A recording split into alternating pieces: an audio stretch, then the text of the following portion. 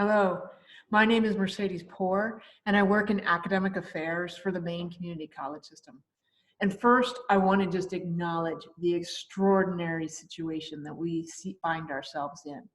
We so appreciate all of the effort and the care that you are putting into maintaining a sense of structure and continuity for our students. This is what's going to enable them to complete the semester in a satisfactory way. What we're going to talk about, though, briefly today, is one tool to help you to do that.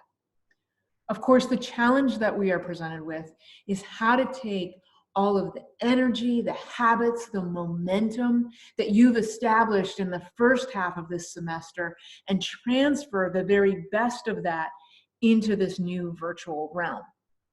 And we want to do that in a way that makes sense for you as the instructor and really makes sense for our students as they navigate this shift. So the primary principle here is really to focus on what's important. There are tons of technologies out there and modes that we can use, but we want to make sure that we're only focused on what's essential in this.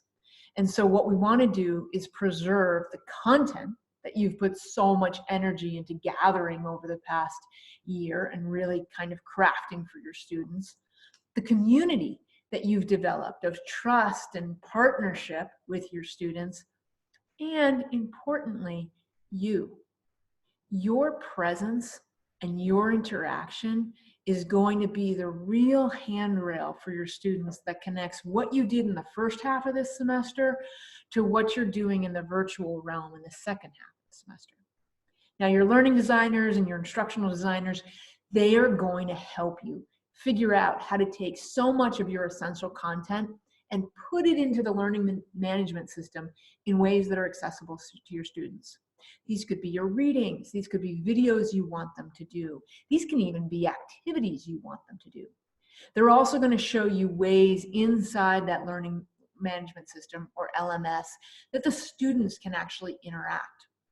But what we're going to talk about today is how to preserve you, how your presence and sometimes even your visual presence can really be there to guide students and to give them a sense of continuity as we move through this new virtual second half. So what we're going to be looking at are video conferencing tools.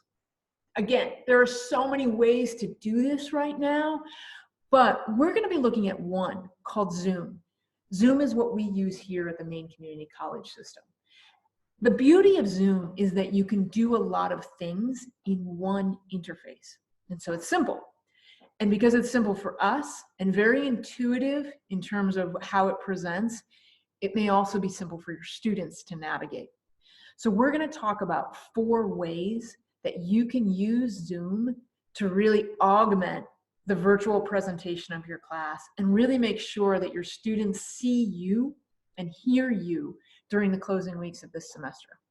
So we're going to talk about micro lectures, how you can screencast something to show your students what you're doing, maybe even some live demonstrations so you can talk them through what you're physically doing. And last, and very importantly, how to have one-on-one meaningful student conferences in this virtual space. That's again the beauty of Zoom, in that it can do all of these things. Now, I'm not necessarily going to show you how to do each of these things. What this presentation is more about is getting you to think about how we could use this tool to take the first 8 weeks and really replicate that or augment that in these final 8 weeks. The how-to specifically will be located at Zoom itself. They have short videos for each of these skills. I'll try and make sure I'm talking about how to go through them though. They have these both here at this URL and at their YouTube station. So if you put in Zoom and then record a meeting, it will pop right up. It's very easy to find. So in terms of what we're going to do next, this is basically a micro lecture. A micro lecture could be me looking at me. I might be narrating a PowerPoint like I was just doing. But what I really want to do is set the context for my students. I do not want to talk for 30 minutes. No one will listen. So what I want to do is help them see the connections or see the context or the reasoning for why I chose the resources that I did this week. I may also use a micro lecture to set up my expectations for the week. I would like you to read this, and then I would like you to do this in the discussion forum with this new knowledge. That way students see me, they hear me give the context for the week or the module, and then they know what to expect coming up.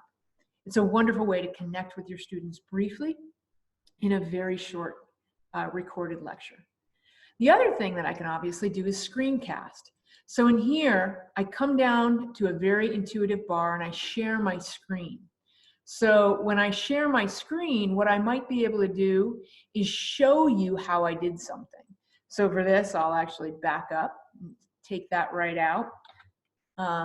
But I could show my students, I have to select all of these columns because I'm doing something very technical. And then I'm going to go over here, and the best chart to use is this one because it will really capture what I'm trying to say for my students. So I could show them that. The other thing that I might be able to do if I was more in the humanities or I was teaching a history course is I could show them a visual. And then I could say, all right, this is a piece of propaganda from the Cultural Revolution. Let's look together for aspects that this is a Cultural Revolution propaganda piece. I see the little red book. I see them looking to the future.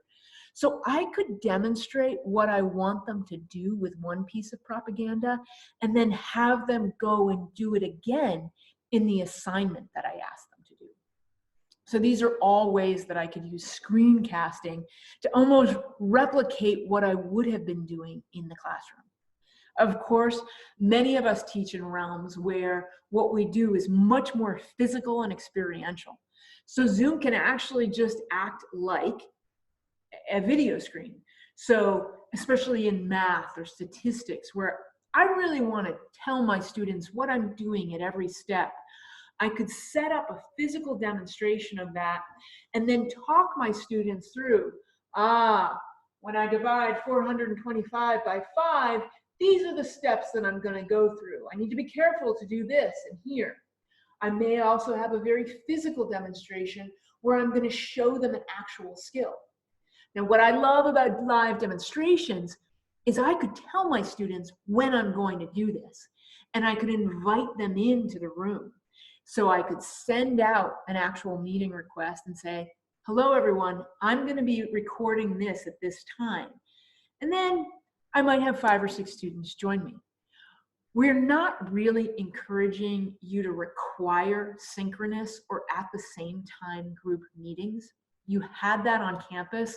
That is going to be very hard to replicate in our students' new post-coronavirus situation right now. But if I had a couple of students watching me do this, they might ask questions, and it might make it more like a classroom feel. I could record that and then send it out to my students when the recording is done processing. And then the last thing that I can do, and of course one of the most useful things that I can do, is actually use this to conference with students. What I can do is open a Zoom room and invite students in. If I had a student who said, I'd like to come and talk to you, or I'd like to have a meeting with you, one of the easiest things I can do is set up a personal Zoom room. And you'll see this when you go into profile. You can set up your own Zoom room and actually have that open most of the time and tell your students, I'll have this open on my computer from 12 to 2 every weekday.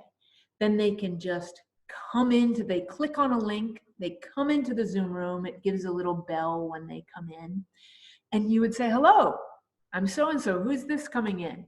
And they would announce themselves and say, hi, I'm in your medical assisting class, and I have this question I need to ask you. So it's a way that you could be there. You could also set up a specific appointment for a student if you know they needed help.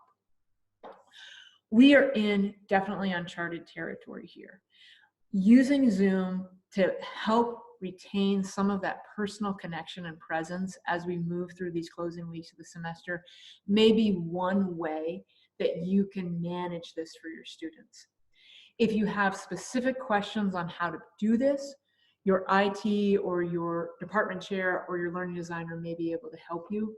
I would also say one of the reasons I like Zoom is that they are so transparent on both their support site and the resources that they're putting up on YouTube.